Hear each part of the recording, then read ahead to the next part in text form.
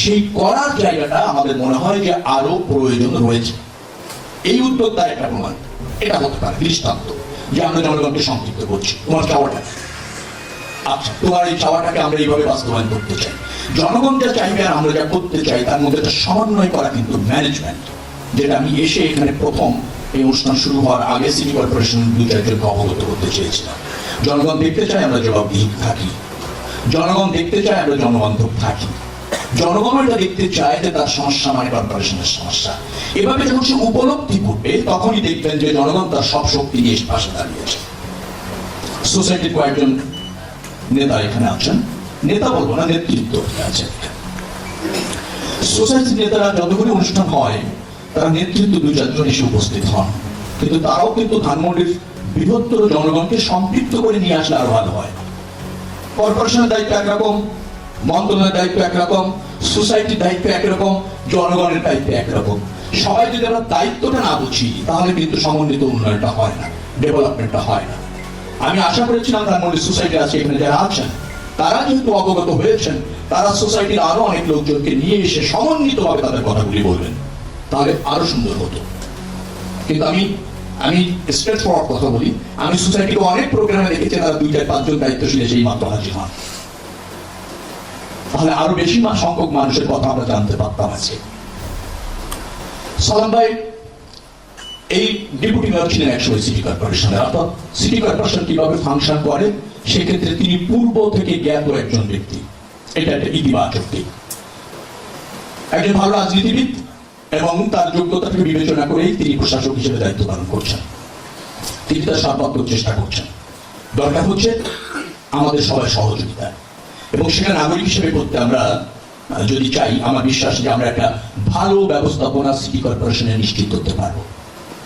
নির্বাচনের আগে এই এলাকায় এই লেকটিকে মনোরমভাবে সাজানোর একটা অঙ্গীকার আমার ছিল, এবং আমি এও বলেছিলাম যে এখানে লাইব্রেরি থাকবে, জিম থাকবে, ছেলেদের মেয়েদের আলাদা করে আমরা এখানে মননের চর্চা করব।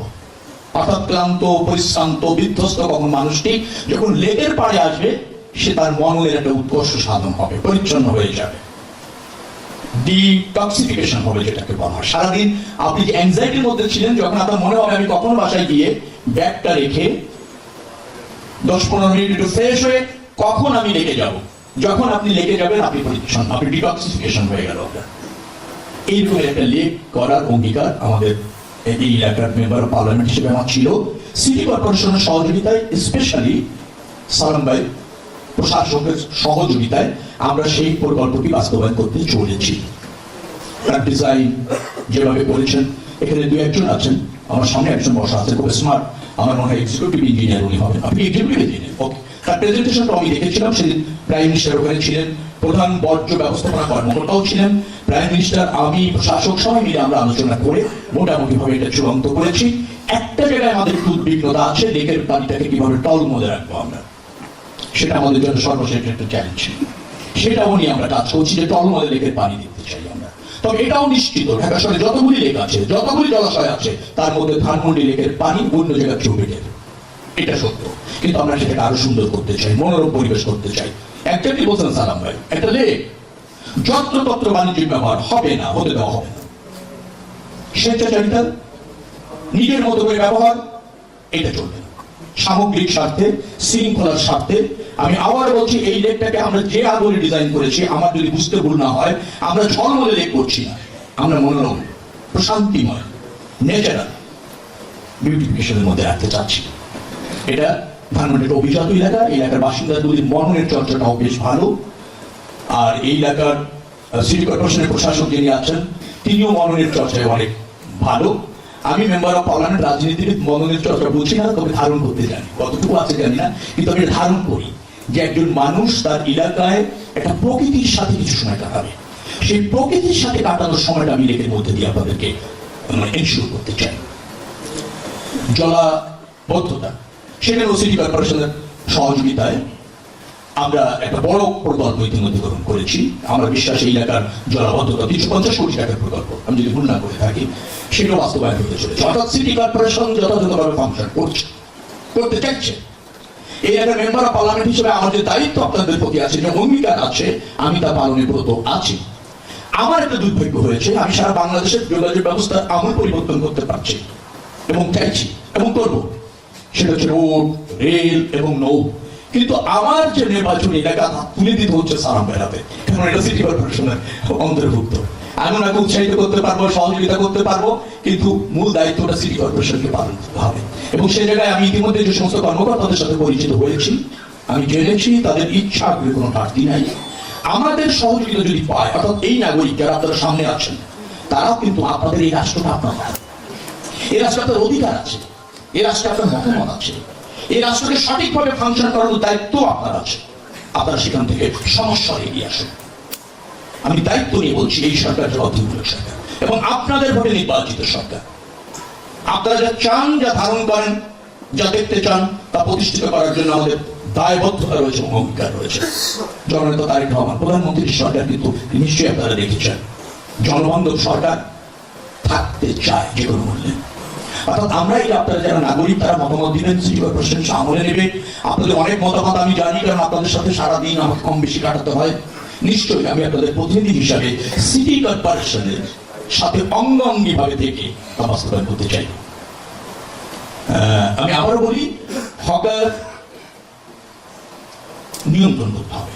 যত্র তত্র যেভাবে সেভাবে স্বেচ্ছাধীন থাকতে একটা সভ্য সমাজ এবং রাষ্ট্রে পারে না। এখানে তার বাণিজ্যিক ব্যবহার ইচ্ছা মতো চলবে না, সেটা আমরা নিয়ন্ত্রণ করব, পরিচালিত করব।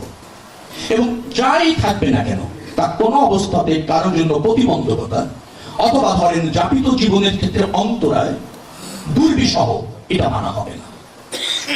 দুটি দোকানে যদি থাকি কোনো একটা জায়গায়, আমি বলতে চাইছি অবস্থানগত কারণে, অবস্থানগত বলতে অবকাঠামো কখনো কখনো এমন হয় সেখানে একটা দোকান থাকলে অসুবিধা হয় না, আর সুবিধা হয়, কিন্তু তার একটা মান থাকতে হবে। আপনি যা ইচ্ছা তাই নিয়ে বসে গেলেন, যেভাবে ইচ্ছা সেভাবে একটা কাঠ দিয়ে আপনার মতো করে বানিয়ে নিয়ে আসলেন, পানি পড়ে না, রোদ পড়ে না, হইলেই হলো, তা হবে না। কোন একটা জায়গায় যদি একটা দোকান রাখতেও হয় ফুটপাতে, তার একটা মিনিমাম মান বজায় রাখতে হবে, যেটা ধানমন্ডি বা ওই এলাকার সৌন্দর্য কিছু না কিছু হলো বৃদ্ধি করে। এট দ্য সেম টাইম হয়তো তিনি দিয়েছেন বা দেওয়ার বৈধতা পেয়েছেন, তার কিছু উপার্জন হলো। এভাবে হলে হয়তো দু চারটি কনসিডারেশনে যাওয়া যাবে, কিন্তু লেক তার ডিজাইনের 1% ব্যত্যয় হতে পারবে না। আমি থাকতে আমরা হতে দেব না। সিটি কর্পোরেশনকে ধন্যবাদ এই উদ্যোগের জন্য। গণশুনানিতে আপনারা বলবেন, নিশ্চয়ই সালাম ভাই খুব ধৈর্যশীল মানুষ, একজন এই দেশ বিনির্মাণে তার অবদান রয়েছে, সেই কি বলবো পার্টিসিপেটারি মুক্তিযোদ্ধা, শরণার্থী মুক্তিযোদ্ধা না, এটা তো শরণার্থী মুক্তিযোদ্ধার দেশ সয়লাভ হয়েছিল, পার্টিসিপেটারি মুক্তিযোদ্ধাদের একজন। অর্থাৎ এই দেশ তিনি সৃষ্টির ক্ষেত্রে ভূমিকা রেখেছিলেন, ডেফিনেটলি বিনির্মাণের ক্ষেত্রে ভূমিকা রাখতে তাদের অঙ্গীকার রয়েছে।